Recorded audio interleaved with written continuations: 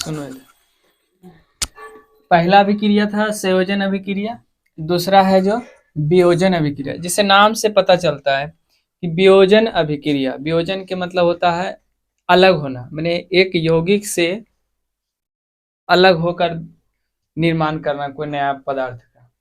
समझा? वियोजन के मतलब क्या होता है? अलग होना होता है कि नहीं। संयोजन के मतलब होता है जुड़ना। वियोजन अपघटन और ऊष्मीय अपघटन, तो जो अलग होता है नाम से ही पता चलता है। वियोजन माने विलग होना, माने अलग होना। तो यहाँ पर जो है, जैसे वियोजन के मतलब होता है वह अभिक्रिया जिसमें किसी यौगिक के बड़े अणु के टूटने से दो या अधिक सरल यौगिक बनाते हैं जिनके गुण मूल यौगिक के गुण से बिल्कुल अलग होते हैं। जैसे जो मूल उसका जो नया पदार्थ बनता है या जो उसका मूल यौगिक है उससे बिल्कुल क्या होता है? अलग होता है। जैसे कैल्शियम कार्बोनेट, कैल्शियम कार्बोनेट का सूत्र क्या होता है? CaCO3, और इसको हम लोग चूना पत्थर भी कहते हैं। क्या कहते हैं? चूना पत्थर। और फिर जब ये वियोजन होता है, जब ये अपघटन होता है तो CaO का निर्माण करता है। मैंने कैल्शियम ऑक्साइड को हम लोग कली चूना कहते हैं। क्या कहते हैं? कली चूना। तो जैसे देखो ये CaCO3, इधर ध्यान दो, CaCO3 जब टूटा तो CaO प्लस CO2। अब बोले थे कि गैस का जो है ऊपर की ओर निशान होता है, मैंने गैस ऊपर उड़ता है तो ऊपर की ओर, तो CO2 का सूत्र होता है कार्बन डाई ऑक्साइड।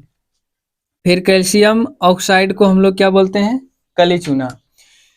फिर KClO3 को पोटेशियम क्लोरेट कहते हैं। जैसे डायरेक्ट फार्मूला ही पूछ देगा कि पोटेशियम क्लोरेट का सूत्र क्या होता है, तो KClO3। जब ये वियोजन होता है तो KCl और O2 का निर्माण करता है। O2 क्या है? ऑक्सीजन है, इसका मतलब वो ऊपर की ओर उड़ेगा, तो ऑक्सीजन ऊपर की ओर इंडिकेट करता है। अब KCl का सूत्र जो होता है पोटेशियम क्लोराइड होता है। KCl का बोलते हैं क्या? Potassium chloride. फिर उसी तरह FeSO4 into 7H2O ferrous sulphate को जब हम लोग इसको वियोजन करते हैं तो FeSO4 और प्लस 7H2O का निर्माण करता है, जिसको हम लोग हरा रंग इससे गायब हो जाता है। जिससे हरा रंग का होता है फेरस सल्फेट। जिसे मान लो कि जंग लगा हुआ लोहा को जब फेरस सल्फेट को जब हम वियोजन करते हैं तो फेरस सल्फेट का निर्माण होता है और जल का, और फेरस सल्फेट का हरा रंग जो होता है ना गायब हो जाता है। कोई दिक्कत? फिर FeSO4 को जब वियोजन करते हैं तो Fe2O3 plus SO2 plus SO3, मैंने इसको हम लोग गर्म करते हैं तो फेरिक ऑक्साइड का निर्माण करता है। फिर सल्फर डाइऑक्साइड का निर्माण करता है। फिर सल्फर ट्राइऑक्साइड का निर्माण। SO3 को ट्राई बोलते हैं, SO2 को डाई बोलते हैं। तो SO2 को सल्फर डाइऑक्साइड, SO3 को सल्फर ट्राइऑक्साइड बोलते हैं। देखो अब पूछ देता है एग्जाम में कि वियोजन अभिक्रिया का दूसरा नाम क्या है, तो अपघटन अभिक्रिया और ऊष्मीय अपघटन अभिक्रिया। मैंने इसमें थोड़ा मैंने गर्म करके जब वियोजन हुआ ना तो उसको हम लोग ऊष्मीय विघटन कहते हैं या ऊष्मीय अपघटन कहते हैं। जिससे इसको गर्म करके किया तो इसलिए इसको हम लोग ऊष्मीय अपघटन कहते हैं। फिर वैद्युत अपघटन, जिसे नाम से ही पता चलता है कि करंट के द्वारा, मैंने जिसे करंट है ना, जिसे बल्ब जो है करंट के द्वारा जल रहा है।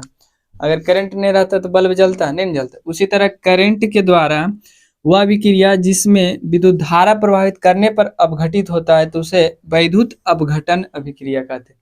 मैंने कोई भी पदार्थ को अगर तोड़ते हैं करंट के द्वारा तो उसको हम लोग क्या कहते हैं? वैद्युत अपघटन अभिक्रिया कहते हैं। जिसे सोडियम क्लोराइड, नमक का सूत्र जानता है, NaCl होता है सोडियम क्लोराइड, नमक का सूत्र।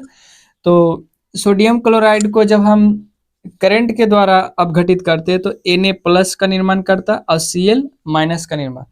प्लस को एग्जाम में पूछ सकता है कि प्लस को क्या बोलता है, तो कैथोड बोलता है, और माइनस को क्या बोलता है? एनोड बोलता है।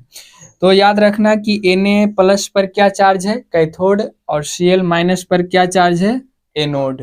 जैसे पूछ देगा कि NaCl में माइनस चार्ज किस पर रहता है, तो Cl पर रहता है।